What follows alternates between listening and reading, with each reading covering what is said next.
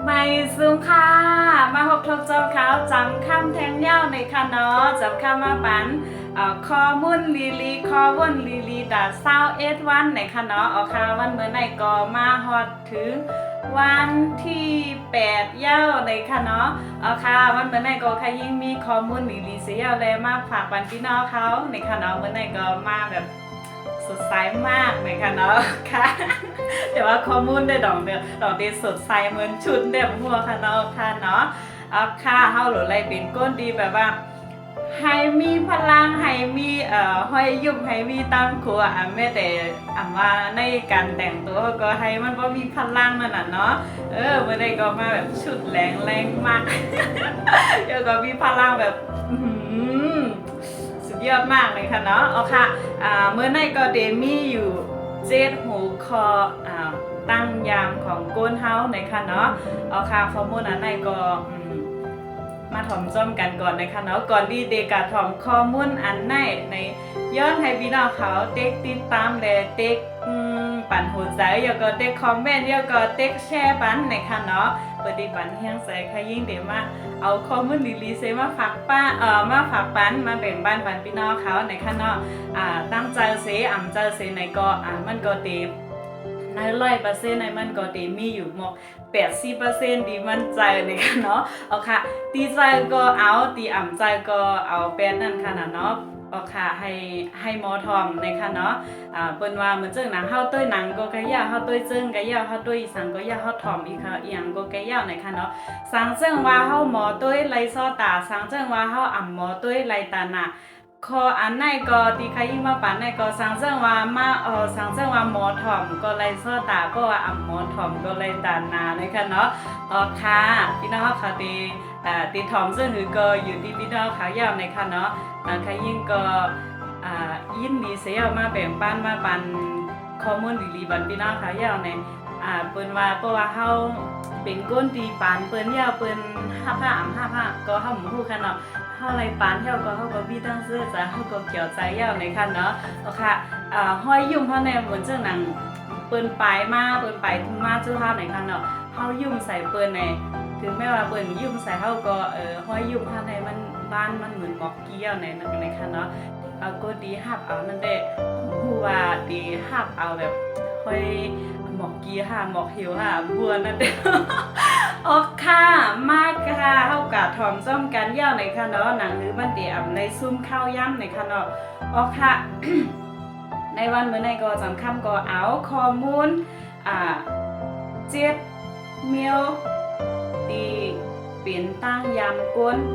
มีสายก้นในค่ะเนาะออกค่ะข้อที่1ค่ะเป็นก้นตีไล่ใจใครถึงซื้อเปิ้นลัดถึงเปิ้นนะคะเนาะลัดดีลัดให้เด็กก็ฮู้ยาวนะคะเนาะค่ะข้อที่2ลัดแต่ลองเป็นไล่นะคะเนาะเหมือนเจังหนังลัดลองหาต้าลัดลองลาลีลัดลงกว่าลัดมวลลัดเกี่ยวลัดอีหางก็หัวลัดที่มันเป็นกว่าไล่นั่นค่ะเนาะค่ะข้อที่3นะคะเนาะไล่ใจหาโคเกโตนะคะเนาะเหมือนเจ้าหนังเปิ้นได้มาโจ้เฮาเฮ็ดการลองขึ้นอย่าลองไปมักมีเฮ็ดการขายของออนไลน์ไหนเฮาใกล้เลยเอาโคเกโตเก็บโคอ้างเฮาว่าต้านมีข้าวยามมีเงินลงทุนบ่เฮ็ดในจังไหนนะคะเนาะค่ะก็ข้อที่4นะคะเนาะข้อที่4ก็ย่อมเปิดใจนะคะเนาะเจ้าหนังปืนมาโจ้เฮาเหตุการณ์ลองขึ้นอย่าลองไปมักมีลองขายของออนไลน์ก็ในเฮาได้เปิดใจบันตูเจ้ากล่าวว่าเฮาเฮ็ดไรอยู่เปิ้นก็เฮ็ดไรอยู่ก้อยกะว่าเฮาได้เปิดตัวเจ้ากล่าวเปิดอกเปิดใจดีกว่าเล่นเฮ็ดกว่าเฮ็ดด้วยเฮาซ้ำบ่ว่าเฮาเฮ็ดไรเอาไหนเฮาย่อมเปิดตื้อตั้งบันตูกล่าวเฮาย่อมเปิดปันตัวเจ้ากล่าวกันขนาดเนาะค่ะในก็มาข้อที่4นะคะเนาะข้อที่5ข้อที่5ค่ะเนาะ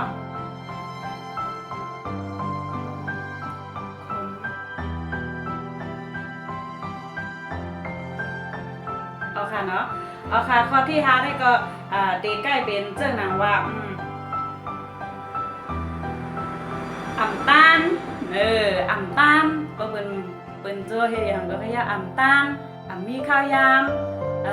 เฮาเฮ็ดการเฮานำนาแล้วก็การเฮาในเฮ็ด12ชั่วโมงตีใกล้หาในคำบ่ส่วนตัวต้านมีข้าวยามต้านเห็นบอกนั่นกันน่ะเนาะตีแต่มันก็เปิ้นก็มีข้าวยาม24ชั่วโมงเฮาก็มีข้าวยาม24ชั่วโมงเหมือนกันเว้ยนะคะเนาะเอาค่ะอันนี้มันเป็นนิสัยของคนตีหน่งชีวิตนะคะเนาะหน่งก็ดีกะเฮียนมาดีมันเป็นแต่ก็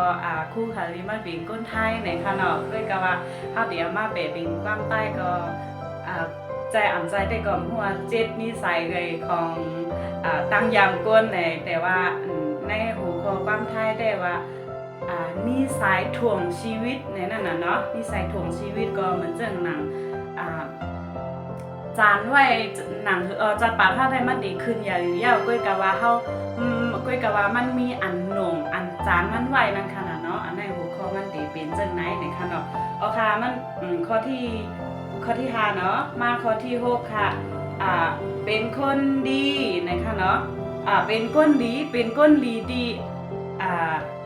เป็นก้นลีดีแบบว่าเฮาเหมือนเจ้าหนังเฮาดีกว่าเฮาใครจอยแถมเปิ้นเฮาใครแม่งบ้านเปิ้นทางดีโตเจ้าเก่าในบ่ได้มีกินอยู่ยาวก้อยกะว่าจะซ้ำใครแม่งเปิ้นจะทำใครกว่าจอยแถมอันตุกกินอันหยาบเลยสิเฮาเฮ็ดจังไหนนั่นน่ะเนาะเพราะว่าการลองจอยแถมกันได้มันก็ดีอยู่ก้อยหนังเก่านะเป็นก้นลีก็มันก็ลีอยู่ก้อยหนังเก่าก้อยกะว่าโหลไรลีมีลองมีตังเดี๋ยวก็จอยแถมให้มันมีดีมันไหนค่ะเนาะเอาค่ะมือพ่อยามเฮามักมีเฮาคัดใจเหตุการณ์รายเงินนะมายามเฮาใครจอยแถมค่ะเฮาใครแม่งปั้นค่ะอันไหนก็แม่งปั้นลายไหนค่ะเนาะซึ่งว่าเฮามีเงินอยู่เฮากะจ่ายการค่ะเนาะเฮามีเงินอยู่50 บาทในค่ะแหละกำไรเฮากะหารเปิ้นห้องความเป็นก้นมีเหมือนจังมีตีนมีมือเสียนางซ่อมกัดเสียไปย้อนไหนเฮาทำใครจอยหรือเปิ้นทางที่เฮามีเงิน50 บาทในเฮาดีกะหยอดปันเปิ้นก้อยกะว่าตัวเจ้ากะเฮาซ้ํที่กินอีสานในค่ะเนาะค่ะเป็นก้นดีผิดตั้งเป็นก้นดีใครจอยแบบเปิ้นผิดตั้งในค่ะเนาะหนูไล่สร้างซานโดเจ้าเก่าหนูไล่ให้กูโดเจ้าเก่าเนี่ยมีเงินมีข้ามน้ำหนูไล่คาดจะให้ถึงเป้าหมายแล้วก็เท่าที่ไล่จุงจานก้นอันที่ตกกินหรือสิเท่านั้นค่ะเนาะค่ะอันนี้ก็เป็นข้อที่6ในค่ะเนาะข้อที่7ในว่าเรียนเยอะแต่ไม่ทำนะคะเนาะค่ะอันนี้ก็ห้ามเป็นก้นดีไล่ใจกว่าถ่อมคลิปอยู่แล้วก็ไล่ใจเรียบเฮียนอยู่ก้อยกะว่าเรียบเฮียนมายาวซ้ำเฮ็ดจอมลงมือเฮ็ดจอมนะคะเนาะแล้วก็กะสอนมายาวถ่อมตั้งซ้ายออกตั้งขวาถ่อมตั้งขวาออกตั้งซ้ายอ่านหนังสือกับเป็นหน้าเหมือนซึ่งเฮาอยากรีมือเฮาเหมือนกันเนาะค่ะอยากรีเหมือนซึ่งมื้อเฮาดีเฮาได้ตอบรีในวันมื้อไหนได้ตอบดีอันไหนดีอ่านเฮียก็เพราะว่าตอบกว่ายาวไหนก็ลืมยาวค่ะนะเพราะว่าที่อันเฮาอ่านมานั้นมันมีข้อมูลดีๆจังหือแล้วก็มันมีนำความดีๆจังหือในเฮาฮู้ค่ะนะย้อนเพราะว่าเฮาเฮียนยอเฮาไรเอามานะจ๊ะเฮาแล้วก็เฮาอยากลองเหลวเฮาเฮียนลองเหลวเฮาเต้ยลองเหลวนั่นน่ะเนาะไรใส่ใจนั่นค่ะน่ะเนาะค่ะอันนั้นก็7นิสัยถ่วงชีวิตข้อมูล7หัวข้อในเป็นตั้งยามก้นดีมันจันให้ตั้งคืนอย่าเฮาเทิงเป็ดอีกหนึ่งในค่ะเนาะสังว่าพี่น้องเขามีใน7ข้อในปากเป็นไว้ค่ะในปากเป็นไว้ในค่ะเนาะหนังคือมันตีจัน มันเตอำหน่วงเฮาไว้มันเตอำจานเฮาไว้ในหนังหือเฮาเตเลยกว่าตั้งนาไก่ๆไล่ในค่ะเนาะเอาค่ะในก็เป็นข้อมูลดีๆดีมาแบ่งปันพี่น้องเฮาสั่งว่า